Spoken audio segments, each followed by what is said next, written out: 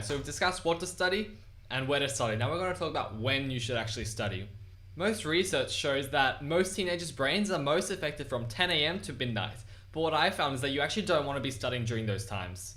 Personally, during exam blocks, I've always woken up at 5 a.m. so I can get my brain ready and already thinking way before the exam.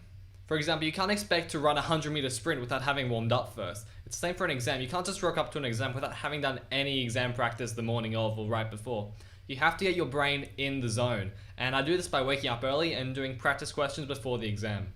Another big reason why I wake up at 5 a.m. is that you're much less likely to procrastinate at 5 a.m. than you are at 10 o'clock or midnight, because you got the whole day ahead of you. There have been some studies that show that this might be related to because there's daylight outside, so that when you're actually studying at 10 o'clock or 11, because it's nighttime, your brain thinks that it's already rest time, it's time to go to bed. Meanwhile, when you see the sunrise going, your brain thinks, okay, I've got to start working, I've got to start thinking, so that's why your brain gets in the zone really easily early in the morning. I found that how I start my day is actually how I spend all of my day. For example, last Sunday, right between my final exam block, I started off my day watching YouTube because I was like, oh, I had 3 exams yesterday, I should probably rest today. And because it was a Saturday, I woke up, went on YouTube for 10 minutes, and I ended up going on YouTube until lunchtime, which, if you wake up at 5 a.m., that's already 7 hours, which is quite impressive, 7 hours of procrastination. Then, after lunch, I was telling myself, oh, okay, I'll start studying after lunch.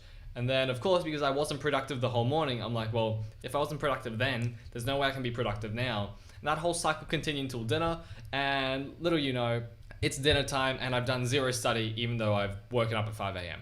So of course, it's not going to stop you from procrastinating like I did, but it's going to definitely reduce the probability of you starting to go on YouTube or go on Netflix or whatever you do to procrastinate at 5 a.m. because it is 5 a.m. after all, it's super early. Now, following on from that, something that I didn't do last Saturday is that I didn't implement an action breaker. For what I mean by that is that as soon as you start procrastinating, there is a 2 or 3 second window, according to some research, that between those 2 or 3 seconds, if you change your action right then you can effectively stop that procrastination. However, as soon as you start watching a video, then you're stuffed essentially. You may as well waste the rest of the day and go have a nap because the damage has been done. So what I mean by the action breaker in those 2 or 3 seconds is that as soon as I go onto YouTube, I close the tab before the video's open. Now this only gives me like a 1 second window, but that goes from the subconscious to the conscious because I often subconsciously open a new tab and go to YouTube just to see what new uploads there have been. However, consciously, I see the YouTube tab and I'm like, oh no, I'm about to procrastinate. So within that split second, you have to decide straight away. If you don't take action straight away, then you're gonna just go down into a rabbit hole like we're all used to. So as soon as you've implemented the action breaker, whether it's closing the tab or throwing your phone on the other side of the room, even though I'll mention later about the importance of not having your phone in your room, especially when you're studying, it should always be outside your room.